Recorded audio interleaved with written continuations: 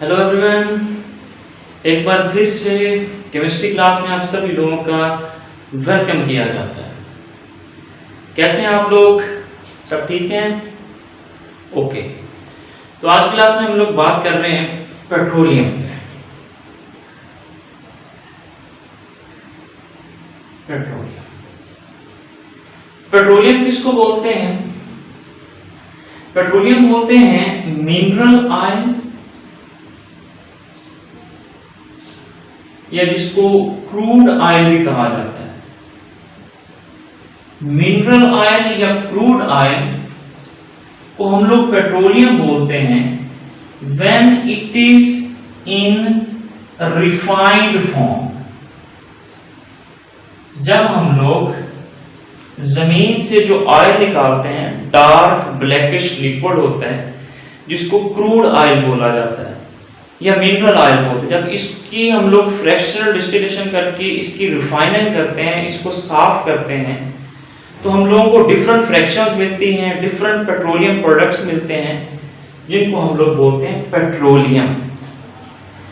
अब ये जो क्रूड ऑयल है, ये जो मिनरल ऑयल है, इसकी फॉर्मेशन कैसे हुई है?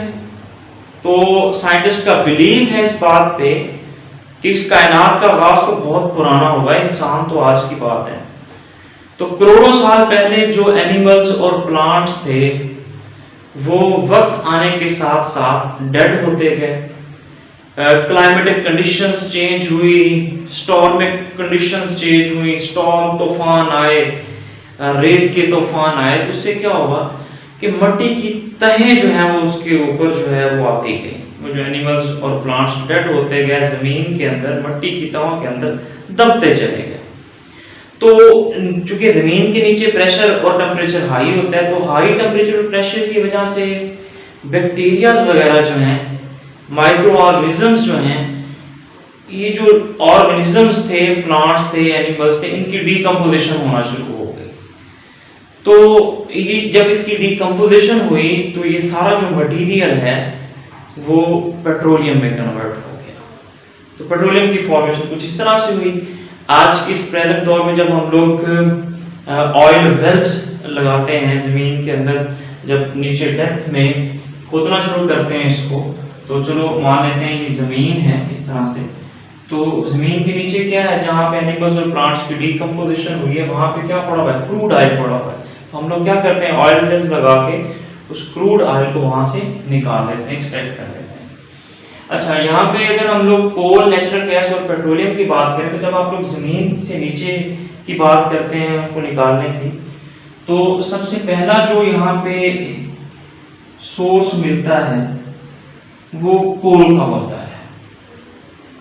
इसके बाद थोड़ा डाउनवर्ड जाएं तो हम लोगों को पेट्रोलियम की लेयर मिलेगी। यानी कहने का मतलब ये है कि कोल के जो सोर्सेज होते हैं ना, वो जमीन के बिल्कुल साथ हैं, ऊपर वाले सतह पे हैं। जो प्लांट्स और एनिमल्स की डीकम्पोजिशन जब बहुत ज्यादा हुई तो वो थिक ब्लैकिश सा लिक्विड बन गया जिसको हम क्रूड ऑयल बोल रहे हैं। तो पेट्रोलियम जो है इसमें डीकम्पोजिशन थोड़ी ऑर्गेनिक कंपाउंड की ज्यादा हुई है।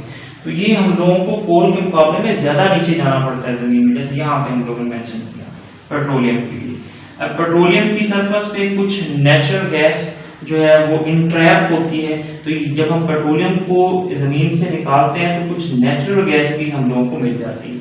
तो कुछ नेचुरल गैस जो है वो पेट्रोलियम की सतह पे इंट्रैप होती है। इस तरह से नेचुरल गैस का जो सोर्स होता है बेसिकली वो बहुत नीचे होता है, बहुत नीचे है कि ऑर्गेनिक कंपाउंड्स की, जो कि एनिमल्स और प्लांट्स थे, इनकी जब बहुत ज्यादा डीकम्पोजिशन हो गई तब ये गैसियस फॉर्म के अंदर कन्वर्ट हो गया। तो नेचुरल गैस का सोर्स बहुत ज्यादा डेप्थ में होता है, यानी राउंड अबाउट 1.5 to 2 माइल्स तक। अगर हम लोग जमीन के नीचे जाएं, अगर हम किलोमीटर में देखें तो ये तकरीबन 3 किलोमीटर तक बनता है। तो ये बहुत ज्यादा डिस्टेंस है डेप्थ में। तो 3 किलोमीटर तक अगर नीचे जाएं तब जाके हम लोग नेचुरल गैस के सोर्स तक पहुंचते हैं। तो अब ये जो पेट्रोलियम है, हम लोग जब इसको जमीन से बाहर निकालते हैं, एक्सट्रैक्ट करते हैं ऑयल वेल लगा के, तो ये जो है डार्क ब्लैकिश लिक्विड होता है जिसको हम लोग क्या बोल रहे हैं? क्रूड ऑयल या मिनरल ऑयल बोल रहे हैं। ये दरअसल होता क्या है? क्रूड ऑयल है क्या चीज?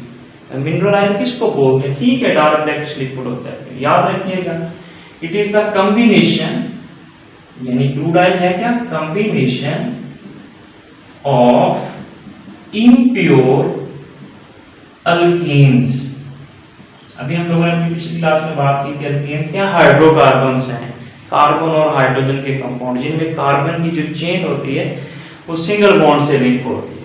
तो कॉम्बिनेशन ऑफ इम्प्योर अल्केन्स को हम लोग क्रूड ऑयल या जिसको हम लोग मिनरल ऑयल बोल रहे हैं। तो अब यहाँ पे अगर कार्बन की रेंज देखी जाए तो तकरीबन एक कार्बन से लेकर कार्बन 40 तक प्रेजेंट होते हैं क्रूड ऑयल के अंदर। मिनरल ऑयल में एक कार्बन से लेकर कार्बन 40 तक की चेन होती है, यानी methane, ethane, propane, butane, pentane, hexane, heptane, so on, चलते चलते कार्बन 40 तक की चेन प्रेजेंट होती है। तो इस सारे मिक्सचर्स को, मीथेन से लेकर कार्बन 40 तक की चेन की जो मिक्सचर है, कॉम्बिनेशन है, इसको हम लोग बोलते हैं क्रूड ऑयल। अब जब इस क्रूड ऑयल की हम लोग रिफाइनिंग करते हैं, फ्रैक्शनल डिस्टिलेशन करते हैं, क्या करते हैं? Fractional distillation. फ्रैक्शनल डिस्टिलेशन क्या होता है?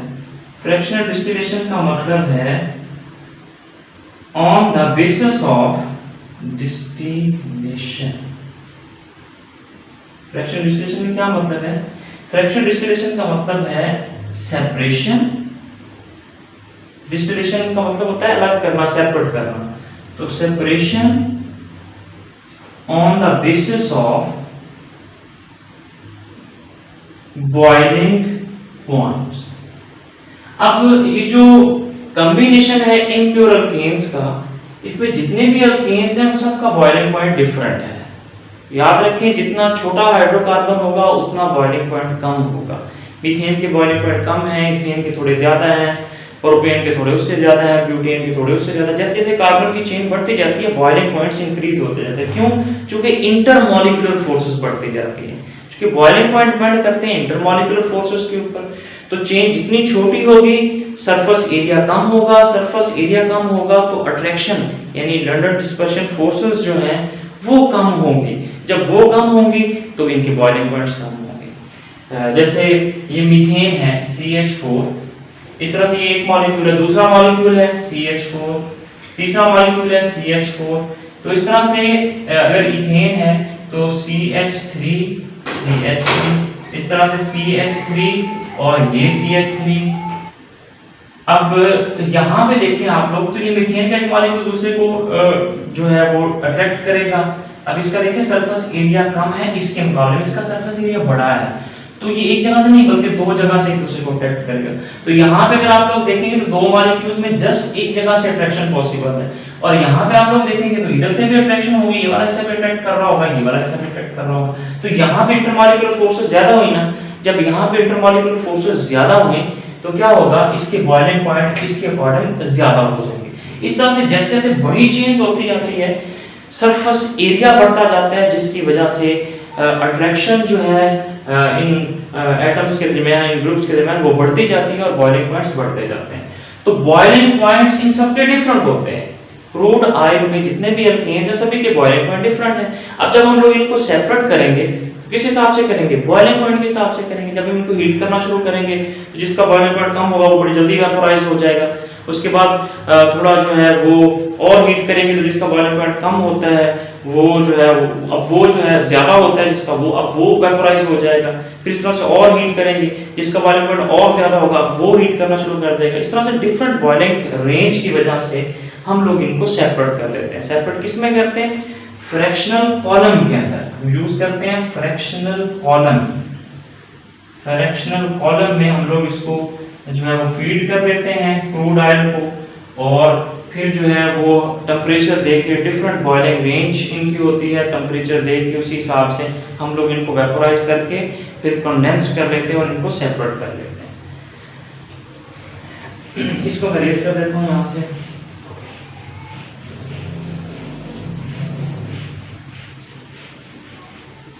फ्रैक्शनल कॉलम कुछ इस तरह से आप लोग देखें इसको, अगर ये मैं इस तरह से थोड़ा ड्रॉ करूं, ये इस तरह से बड़ा सा कॉलम होता है जिसको हम फ्रैक्शनल कॉलम कहते हैं, जिसमें हम लोग इस क्रूड ऑयल को जो है वो फीड करते हैं और हाई टेम्परेचर देके इसको हम लोग सेपरेट कर लेते हैं।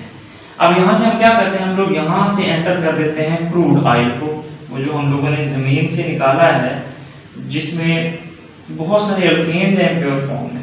तो हम क्रूड ऑयल को ऐड करते हैं और तकरीबन 400 डिग्री सेल्सियस टेम्परेचर इसको अप्लाई करते हैं।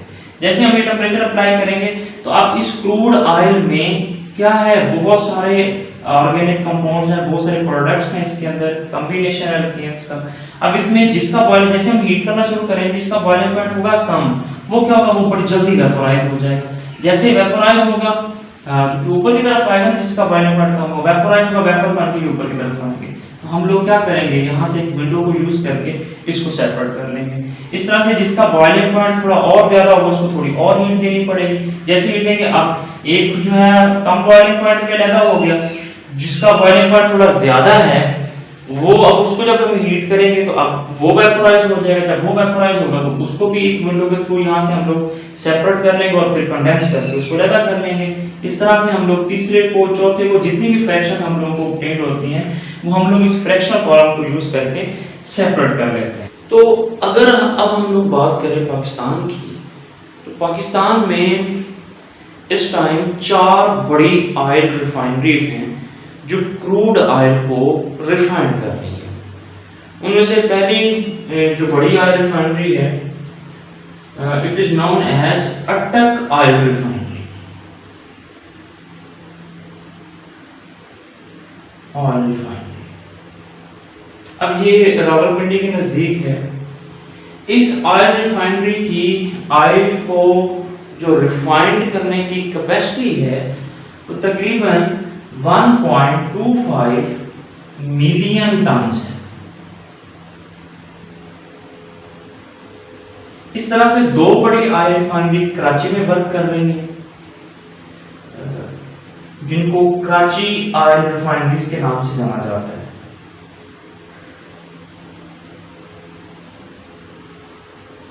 इन दोनों ऑयल रिफाइनरीज की जो ऑयल को, क्रूड ऑयल को साफ करने की जो कैपेसिटी है वो तकरीबन 2.13 मिलियन टन है।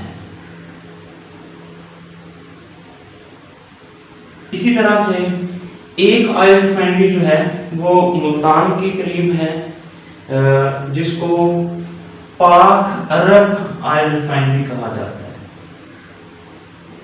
ये सऊदी अरेबिया के कॉरपोरेशन से बनाई गई है, पाक अरब ऑयल रिफाइनरी। इसकी जो कैपेसिटी है ऑयल को रिफाइन करने की वो भी तकरीबन 1.25 मिलियन टन से थोड़ी ज्यादा है। चलो लिख देते हैं यहाँ पे ग्रेटर देन 1.25 मिलियन टन।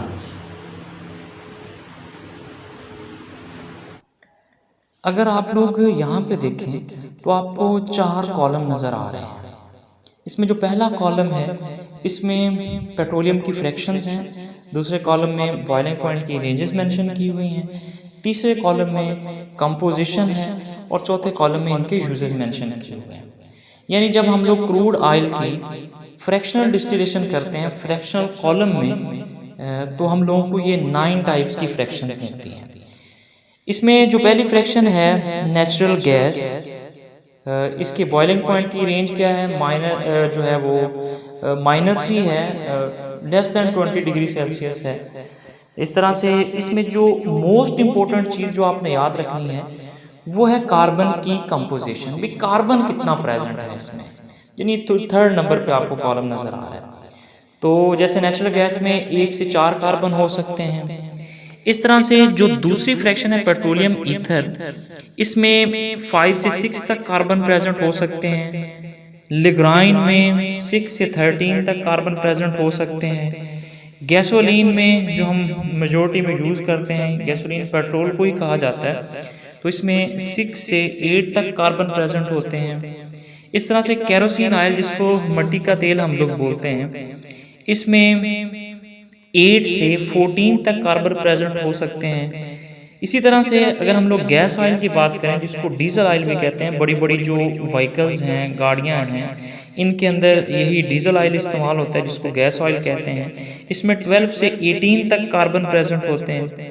इस तरह से लुब्रिकेटिंग ऑयल जो हैं या ग्रीसेस जो हैं, जो मशीनरी पार्ट्स को फ्रिक्शन लेस करने के लिए, फ्रिक्शन को कम करने के लिए यूज़ की जाती हैं। इसमें जो कार्बन की रेंज है वो 18 से 22 तक होती है।